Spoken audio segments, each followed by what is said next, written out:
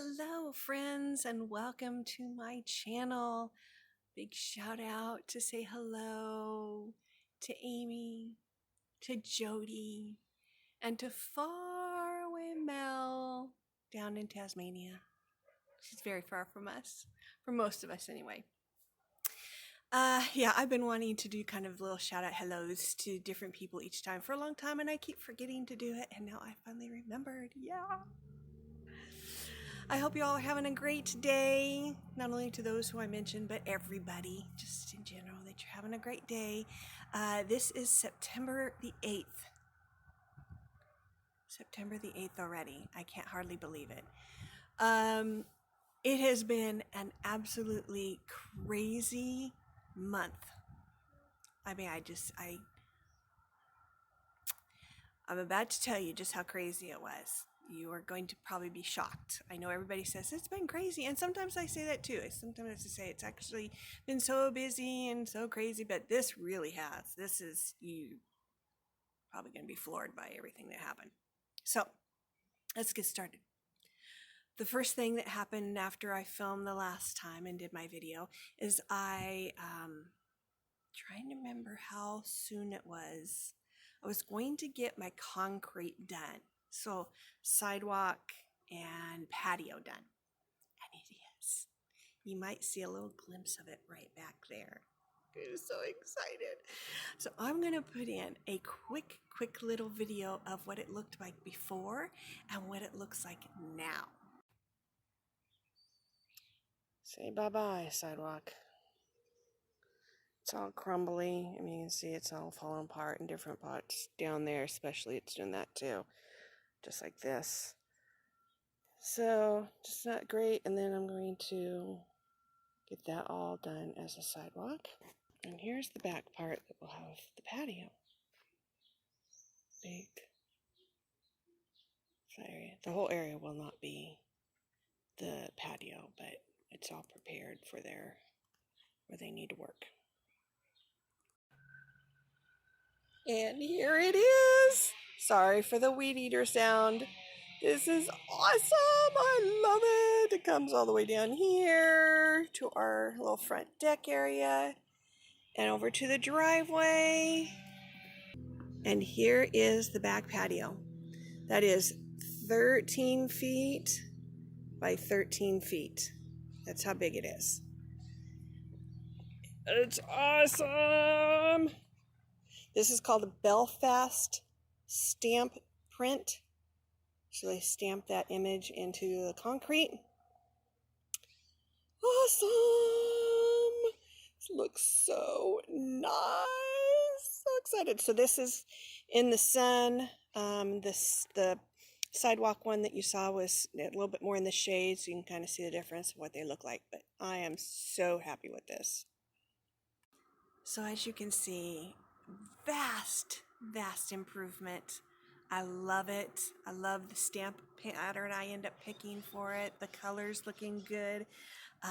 Yeah, I just so happy that it's not falling apart anymore because it was getting pretty bad and a little hazardous because I filled in those cracks with like pea gravel so you wouldn't trip or twist an ankle or something. But yeah, it was getting bad news. Okay, so that happened in middle of August, probably about a week or so after I filmed. By the way, I am in the front of my house. Obviously, there's the road back there.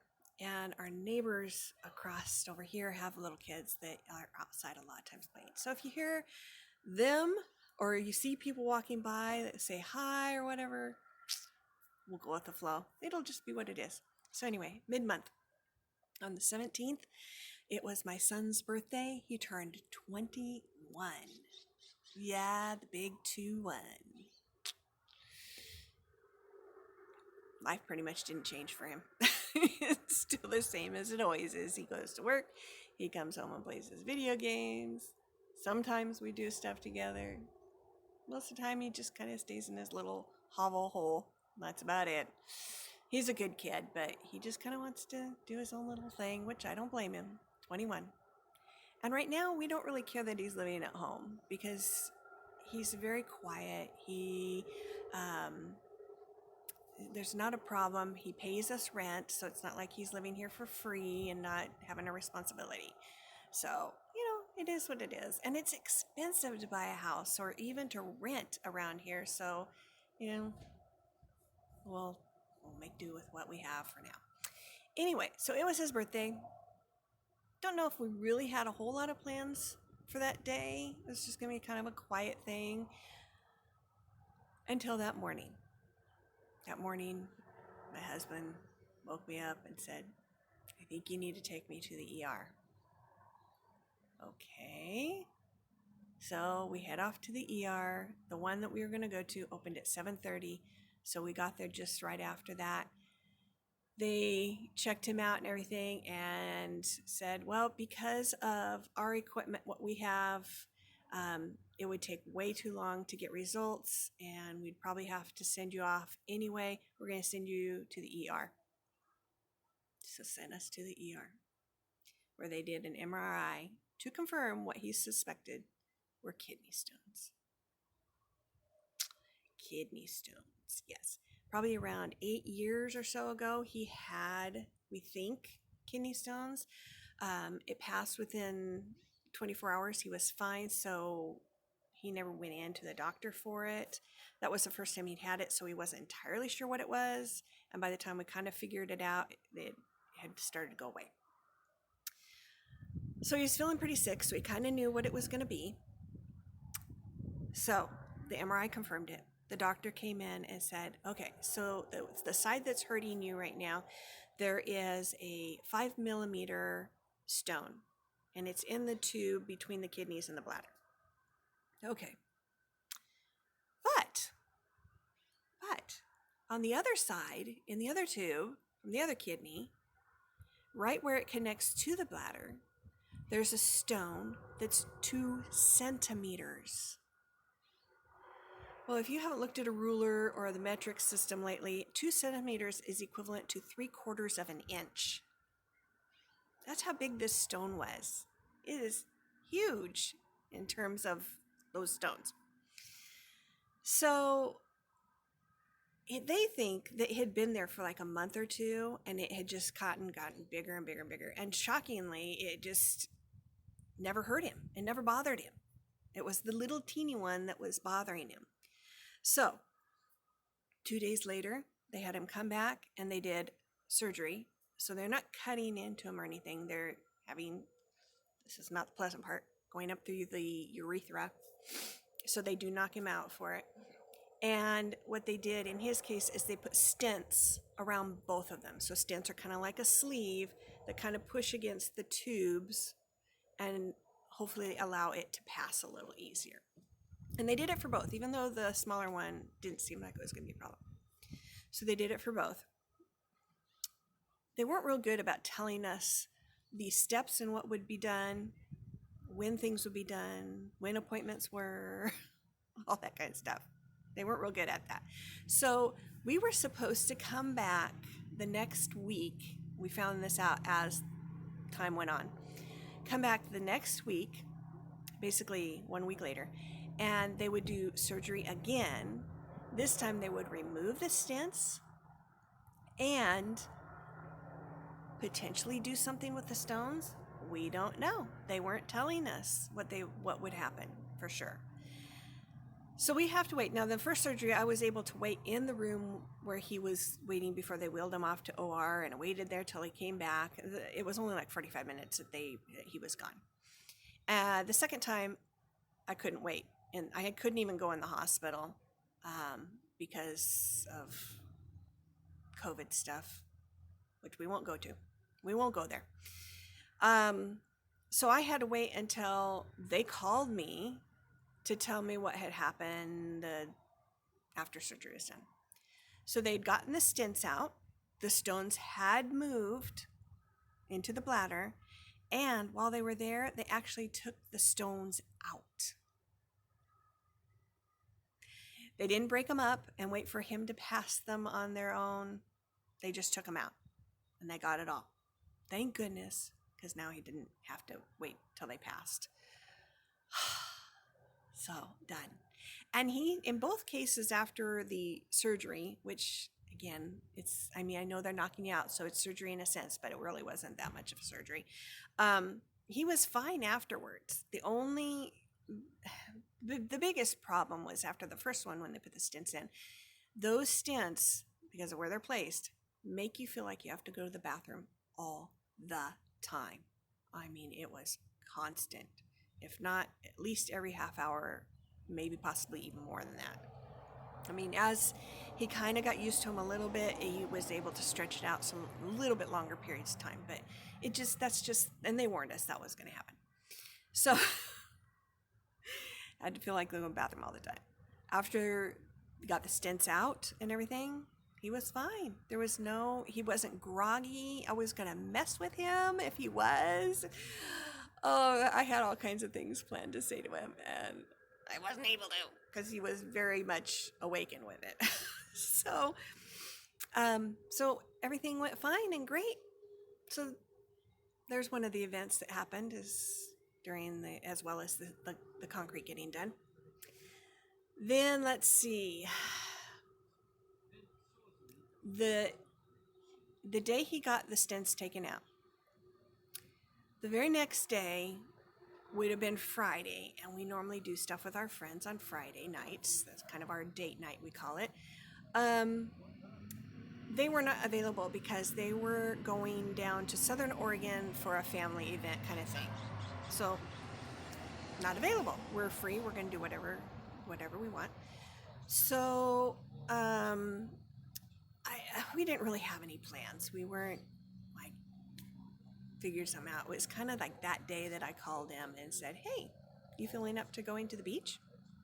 It had been a month because I had not been there since the camping time.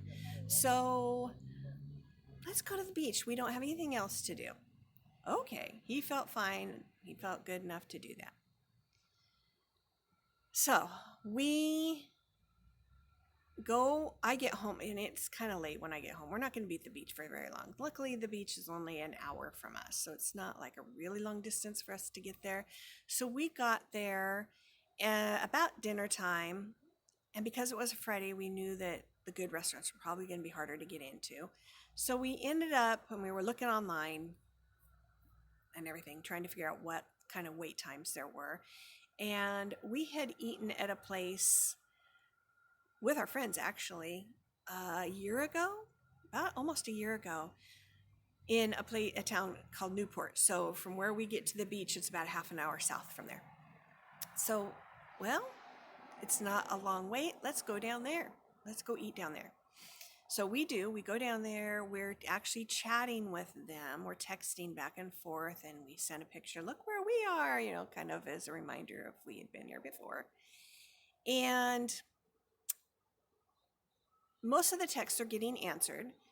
And then the last one, there was no response to it. And we're thinking, they're probably, because they had just finished dinner too, and probably going somewhere, doing something, getting back to their hotel, whatever. So we weren't hearing anything. And so we had finished our dinner, and we drove up to the next town up, Depot Bay, which I've mentioned a couple different times, and I've gone there before. It's where we can see the whales a lot of times. And it's only about a 15-minute drive up the coast. So halfway between where we get to the coast and where we had eaten dinner.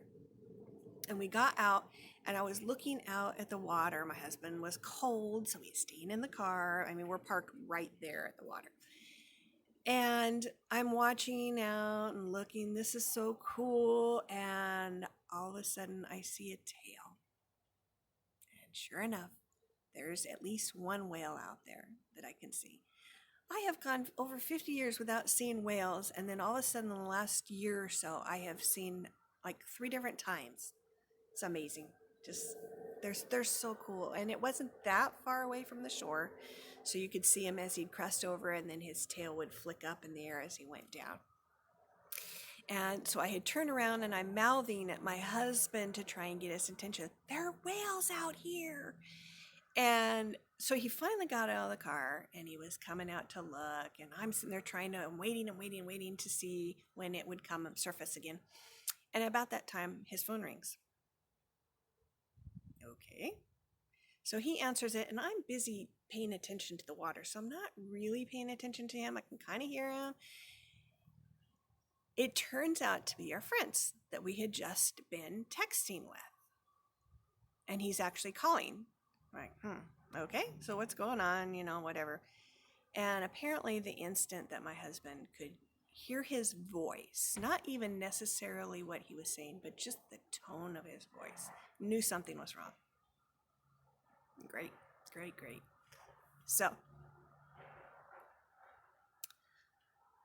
apparently, this happened like right after the last text we sent, well, probably while we were finishing up dinner. They had eaten at a place right across the street from their hotel, and they were crossing the street. They were at the intersection. The thing said walk. It was time to go, no problems and all that. And apparently it's like 7 o'clock, so the sun is kind of setting a little bit. It's right at that level where it gets in your eyes when you're driving at the right direction. So apparently this older woman, we don't know how old she would have been, she does, and we don't know if she lived there. If she lived there, she should have known that this light intersection, whatever, was there. She did not see the light because the sun was in her eyes. So she didn't see the light, first of all, and second of all, she didn't see them. Yeah. So they, after talking with them several different times about things, they saw the car, thinking it was probably going to stop. Then the next time they saw it, they realized it's not stopping. And the woman, Peggy, her thought was, this is going to hurt. And right after this, we're going to die.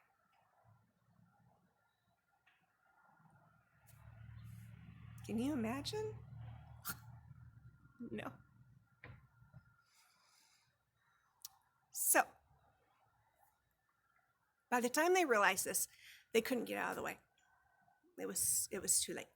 Now, luckily, I guess we can say luckily, he was not, even though they say he was on the passenger side, he must have been off enough that he was the side of the car. He tried, they were holding hands, which is very sweet. He tried to pull her back as soon as he realized what was happening. Of course, by then, you're always thinking they're going to stop, and so by the time you're doing any action, it's way, way too late. So, as he was trying to pull her back, the car hit her and pretty much ripped her out of his hand. It probably, from him trying to pull back and the release of it, he doesn't remember falling down, but it probably knocked him on his butt because he does remember getting up. And that motion back probably got him out of the way of the car enough. So, and that motion of him trying to pull on her probably lifted her up a little bit so that she didn't go under the car. So, she hit the front windshield. He says that she probably did a couple of flips, somersaults in the air. She hit the back window in the trunk and then smacked onto the cement of the road. Later, the police told them that from the point where she was hit to the point where she landed was 58 feet.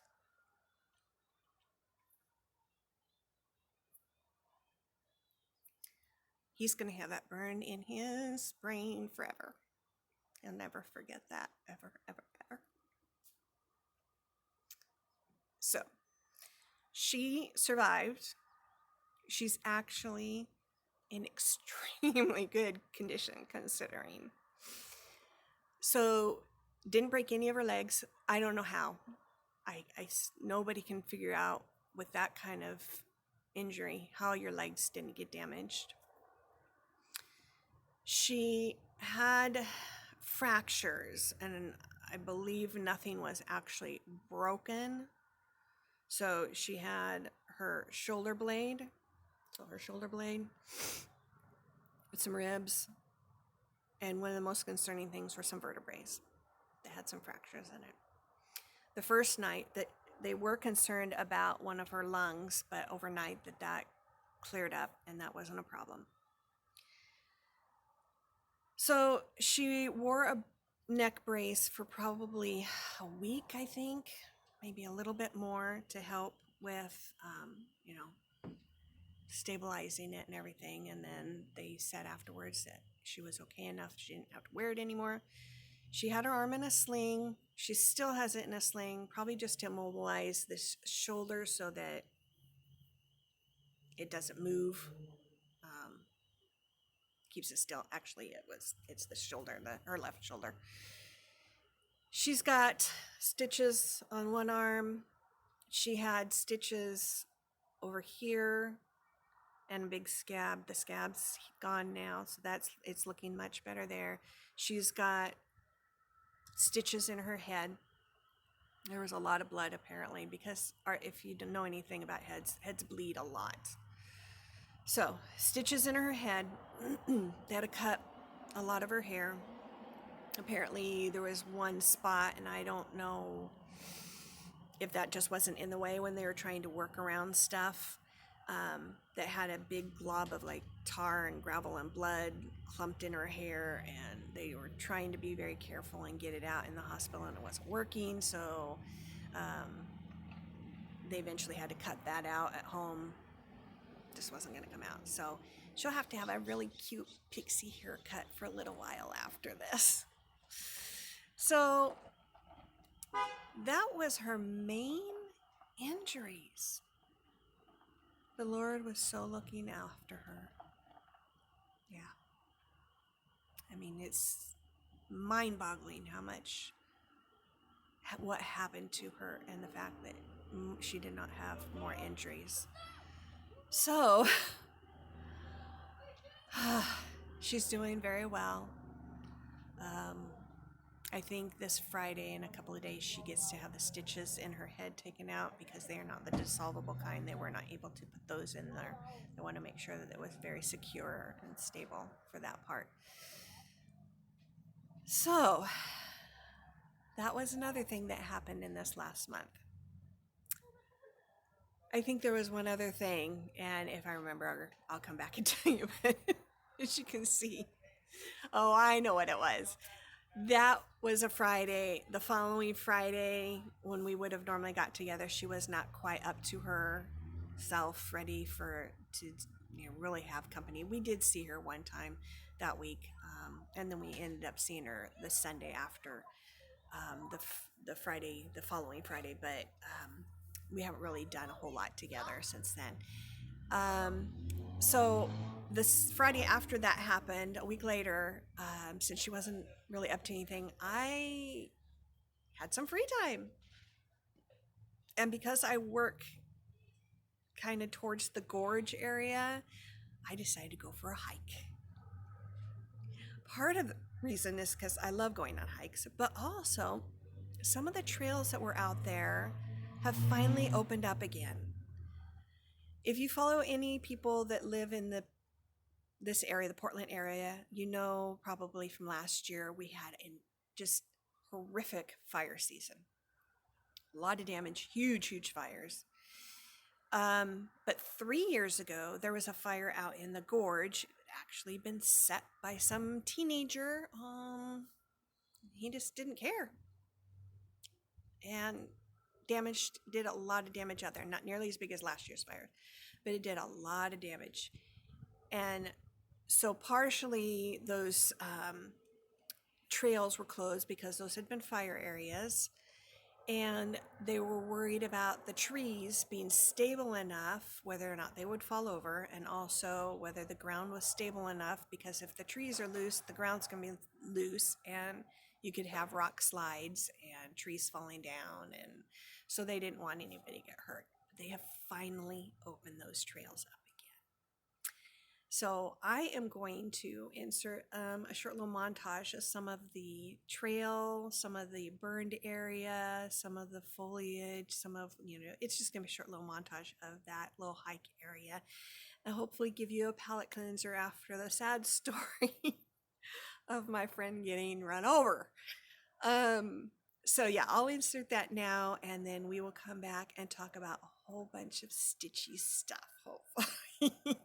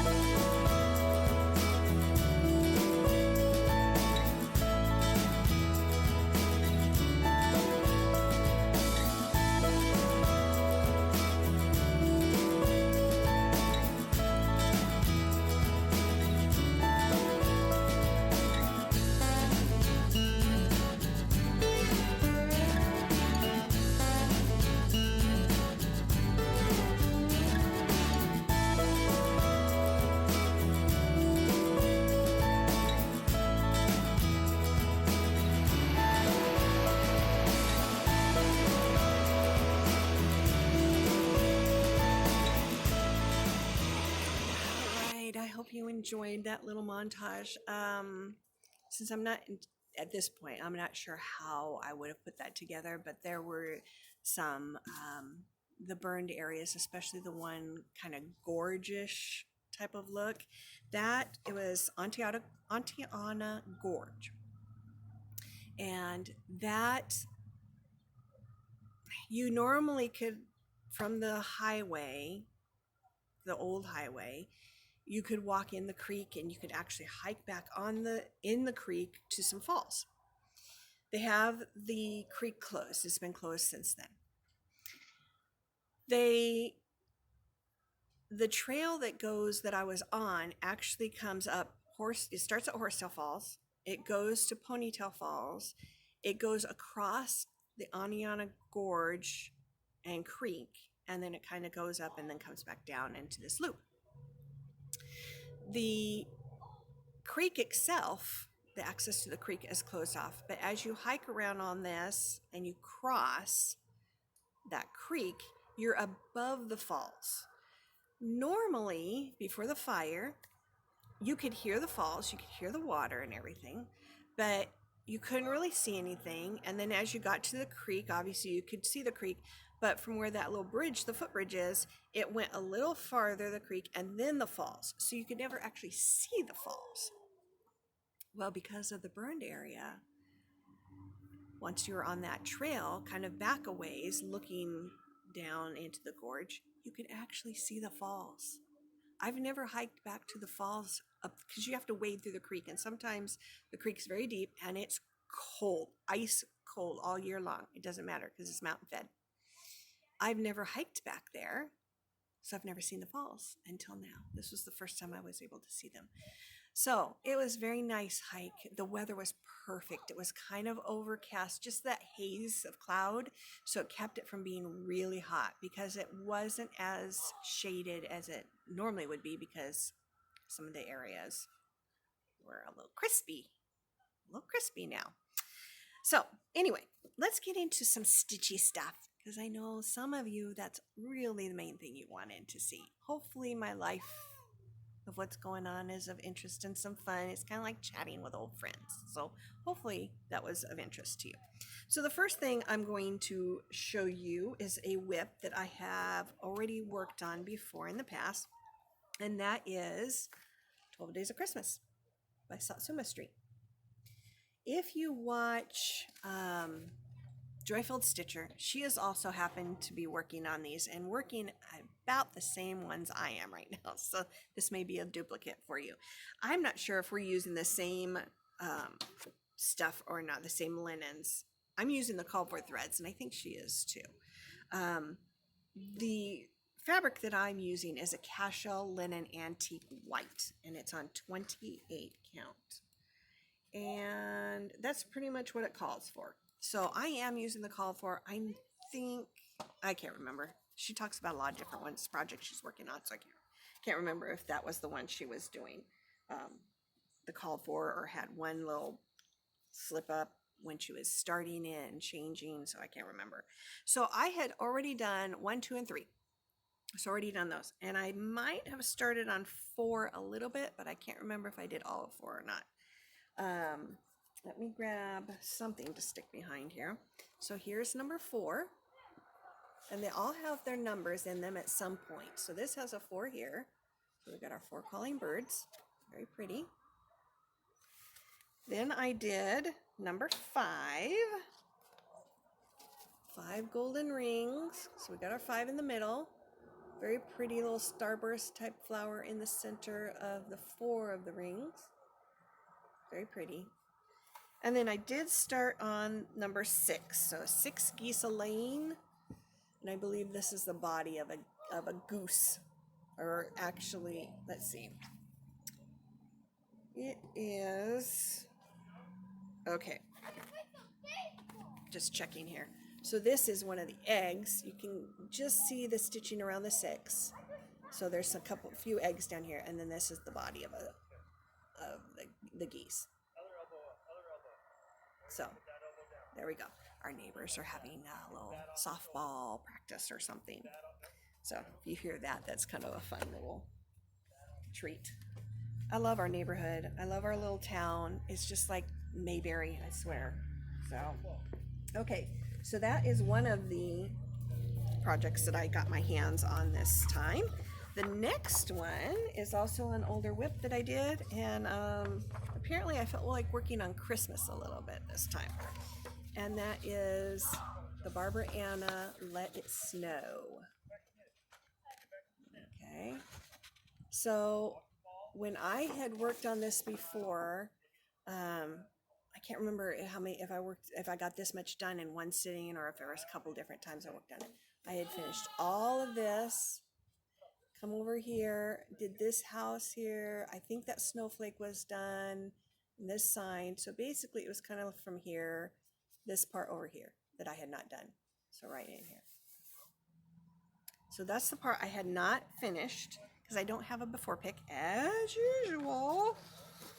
I'm very terrible about remembering to do that. You just get too excited and you want to get going on it. So with this, I used Belfast Natural 32 count. So that's the fabric that I'm using. And here it is. Yeah, it's very pretty. So there's the parts that I've done already. And then I moved over, got that done too. And then I've done this part now as well. I'm almost done. I am so close to a finish. So close. Yeah. So I've got some, let me fold this in half a little bit. So with these, you can just see there's some nice little yellow stars and pinpricks for stars. There's some up here. There's going to be some more, as well as a moon, I think, over here, like a crescent moon. So that will need to be done up there. And then at the bottom, it's going to say the Let It Snow. Down here. So Let It Snow and these stars and such up here. That is all I have left. I'm so close to finishing. So I don't know if I'll come back and show you the finished part because there's so little left to do. And I was hoping to finishing it last night, but I just couldn't. But considering there's so little left, I don't know that I'm going to come back and show you this until it's like an FFO, completely done. So there it is. I just love these scissor handles, the scroll work and stuff. So cool. So love that, love that, love that. Then I started something new. I think I just lost something. I don't know where it went. Okay, sorry about that. Didn't use the top of my head, did you? I started a whole new project, new stitch, and I finished it. I actually finished it. Oh my gosh. So it's not going to look exactly like what it looks in this picture. I changed everything. Everything. So this is the one I did. Stack of Jacks. Yes. So yeah, I love this thing. It's so cute. It's just so cute. And it actually, when I had bought it, it came with some of these purple beads. And it came with, I'm trying to remember if it was something else. Oh yes, the noses on all of the pumpkins. So you can see they're kind of like triangles. This one's just kind of a square, but triangles. They don't look exact like this, but they're kind of thickish type look. So it came with those. Clearly I did not use all of the beads because some of them are still in here. I just thought it was too busy and too much. So I used, a good enough amount, but not a lot. So first of all, we're going to start off by, this is the color I used. This is not what is called for. Okay. So this one I used is a tropical green 28 count linen. There you go. Now, it does call for a lot of different types of floss. So it's got Classic Colorworks, it's got Weeks, it's got Gentle Arts, it's got all the different flosses that were called for. So when I went and picked what I was going to do, I went through and picked from whatever, it was in my stash, but whatever I thought looked good, regardless of what brand it was as well.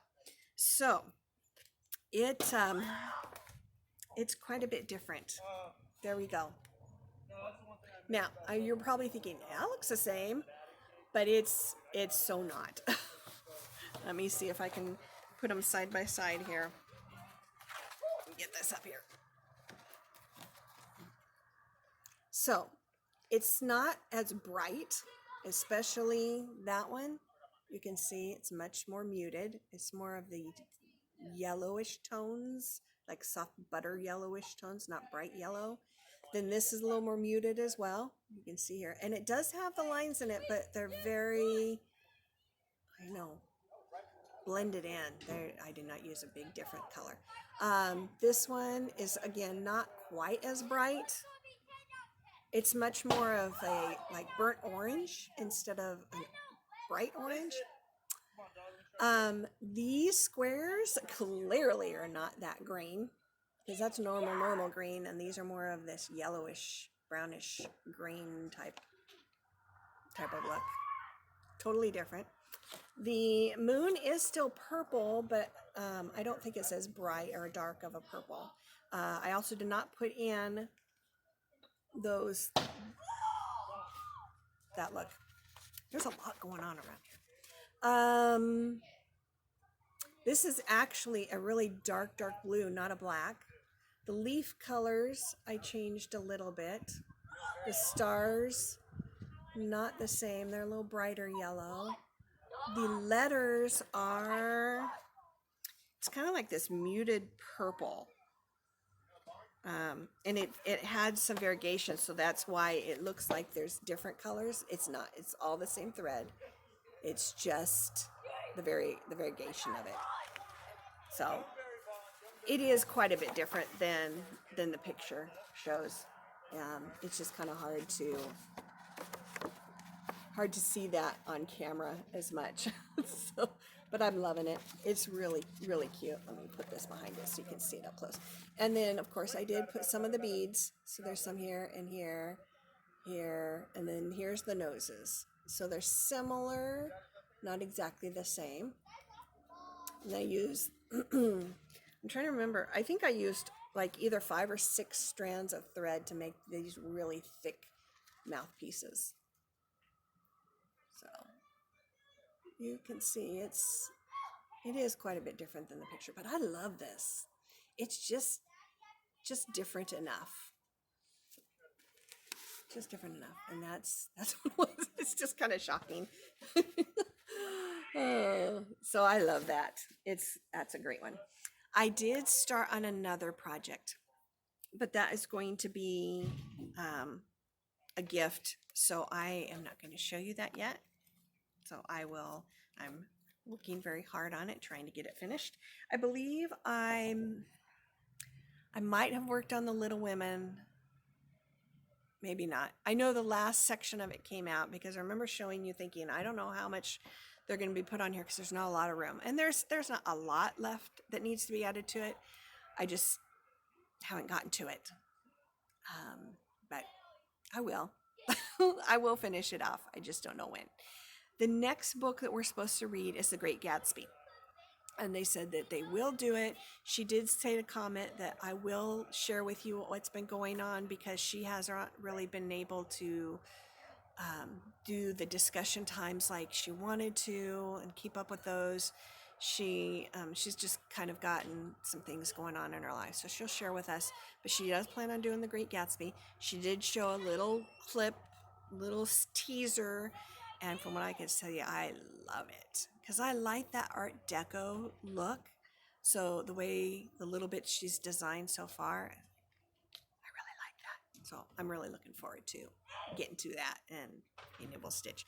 We're supposed to do Lion Witch in the Wardrobe too, but we're running out of years, so I don't know what her plans were for that, or if she's still, how we're gonna make that work. But we'll see. We'll see how it goes. The next thing, so those are my stitching things. I do have some bags and a new thing that I want to show you. So I am going to show you a few, we'll see how many a few is, of bags I've had on my Instagram selling site for a while. I just kind of wanted to remind you, since fall is coming up, that they're there, and if you're interested, you can find those and claim them. So let me start off with those. So one of them is this style. So we got the 3 Wicked Queens. We got Ursula, Maleficent, and Snow White, the Wicked Queen from Snow White, Evil Queen. This one is like a 12 by 12, and this is the back. I do have, I believe, a 14 by 14, so if you want a little bit bigger one, you can have that too. Another one is fall. Yes, very cute. Very, very cute.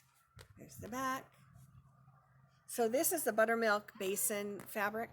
So if that looks familiar, that's why. I have like 5x7, I think, of that one as well. Here's a cute one. Halloween, Halloween. So very, very cute. I believe this is a 14x14. So yeah, lots of cuteness. And then we've got these guys in the back. I don't usually put things like Rick Rack up here, but it needed it. It called for it. Oh yeah. Let's see what else we got. Got some more Halloweenish ones. This actually kind of looks a little sparkly in here. You can see the little sparkles. You might be able to see better on here. So this has that sparkle too.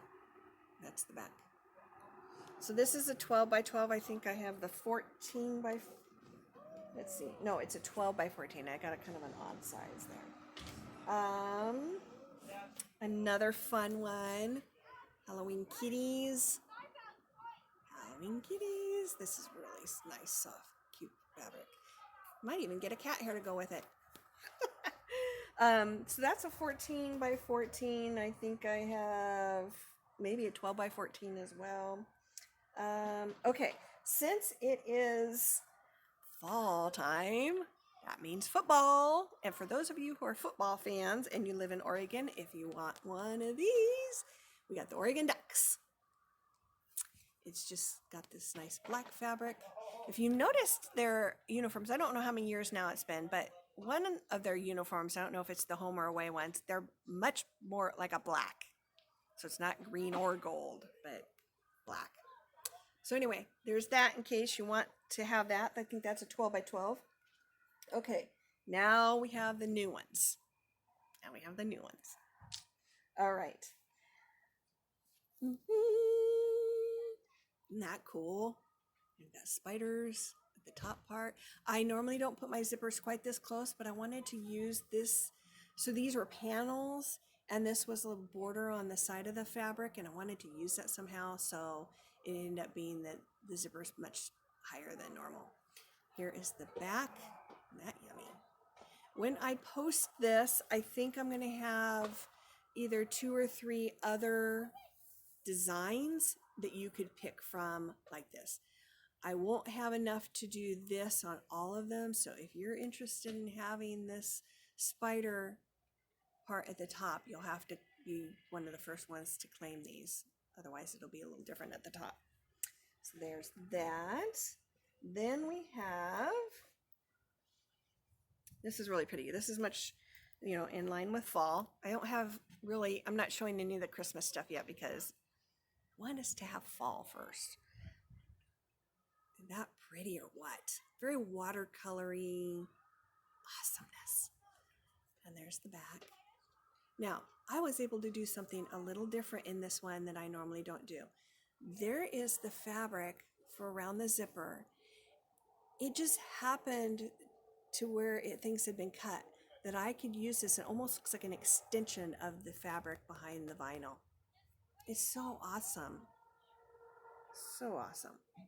So this is a 12x12. I only have one of these. I cannot make any more. The store I got this fabric from, well, I take that back. I think I can make a small one, like a 7x9 type of fat size, but I could only get a fat quarter, and that was all they had of that fabric. So I can't make any more big ones.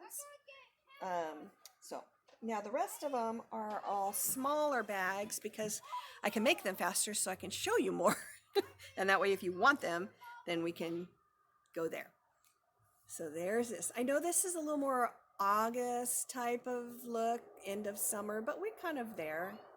A little more fallish, and then a nice, pretty bright yellow. It's got kind of a textured look to it there. You can kind of see. So very pretty, very soft. Then have this.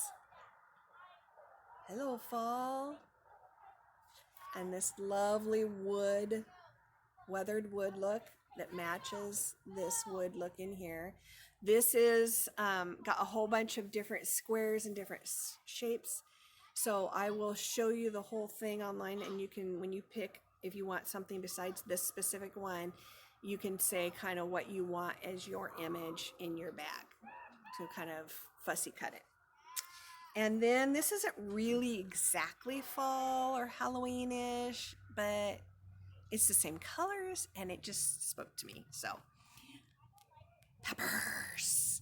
Who likes hot things? Not me. I am not somebody who likes hot things.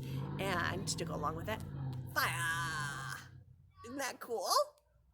Now, if you didn't see zipper pulls on some of these, I'm getting there. In order to have this ready, I had to just go ahead and do some of these, but my zipper pulls, I'll finish those tonight. This one actually has one. They're little peppers.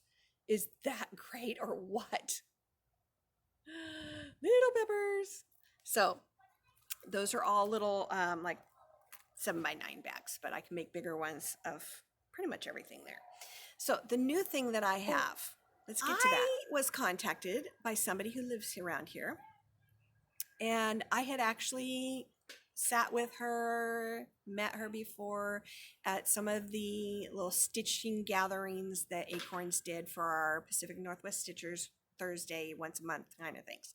So I had met her before, but she contacted me and said, do you make those things that people call thread keepers? I'm like, no, I haven't made any of those yet. But I'm sure I could make some. I could give it a shot, you know, kind of mess around with stuff. And she said, well, the thing that I really want is I want some that fold up so that it keeps all of your threads in there and that they don't fall out. So if you have one that doesn't fold and it's just a flat open surface, it's great if you lay it on like the arm of your couch or chair, and you just need somewhere to set your threads there. But if you need to stuff it away in your bag, it's better if it folds up. Makes sense to me. I kind of had an idea of what I needed to do, how I kind of would make it. So I just kind of had made this pattern from scratch. I didn't follow anything. And they turned out really well. The first one that I did as a sample, I sent it to her. I said, give me some tips of things that you like, you don't like, things you want changed, whatever. And so I went with those changes to help out, make it a little more customizable so that maybe it will work for other people as well. So I can do these with just about any of the fabrics. So if you want a bag, one of these things, I'm going to call them floss files, I think, because they remind me of a file, like, you know, a file folder that folds up and it keeps your floss. So that's kind of why I'm thinking of calling them that. So I did the changes and all that, and they're great. And I can make them to whatever size. Now, she is actually, the little one that I did as a sample was a 4" by 4". And then when it opened up, you had two 4" by 4" sides. And she thought that was just a little too small. So she actually got some more from me. She asked me to do some more, and she's got some 6" ones and some 5" ones. So I can make whatever size. The one I'm going to show you is a 5" one, and it's made with the peppers. So there it is. It has a snap closure. So pop it open. It's got a very thick, I know you can't really see, but it's very thick. It's not thin. It's pretty thick in there. It's got a nice soft surface that will attract, you know, keep you hold of your flosses. She suggested putting in some felt for needles. So there's a little strip here that you can put your needles in. I know some people use needle minders, and that's fine. You might want to have an extra one or something in there that's already threaded. I don't know, whatever. So there they are. So cute. So cute. And then they just snap right back up. If I can get it lined up. I gotta line it back up. I gotta see what I'm doing. There, snap. So, and one of the things she suggested was leaving a little bit of a flap, because then you've got something to grab. So if you're wondering why the snap isn't right on the edge, that's why. So that's why I did a little sample for her so that she could give me some tips on things that worked better for her. So it gives you a little place to grab onto it and to be able to pop that open. The snaps, I will have different colors to try and coordinate with the fabric. I also have some that are pearl. They have a pearl look to them with a metal rim around them. In some cases I've used those. Like for example, I did this and I used a pearl one for that for her.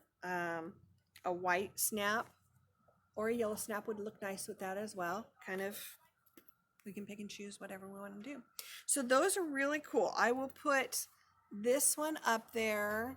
I will try to make some more to have them just to pick that already made, but again, I can customize. I do a lot of customizations, whether it's the size of bags that you want, whether you want one of these to go with it. If you want a grime guard, I don't know how many of you know I do grime guards. So if you want a grime guard and a whole collection of things that all match, let me know.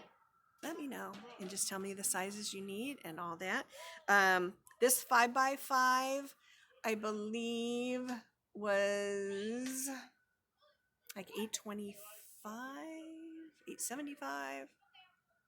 I'll have to look back and remember. It's 8 something. But yeah, I think the 6 ones. Okay, I know what it was. The 6x6 was 10.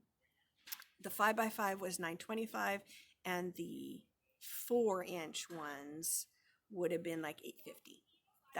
That's what it came out to. So that's kind of, if you're interested in looking, then you would know what to look for and what they are. They're so cool. Lots of fun. Very coordinating if you want them to be. Anyway, our video's been long enough. I hope that you hung out there and got to visit with me for the whole time, even if you had to break it up into a couple different parts. I know we don't always have an hour to sit and watch somebody's video, but now that I'm not doing them as often, it just seems like there's a lot. And as I mentioned, there was a lot going on this month for me. Too many things. I don't ever want to have a month like that again. Too many things.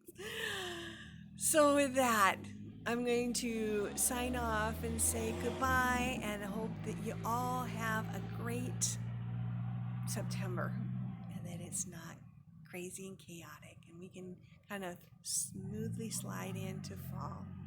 So with that, we'll see you again in a month.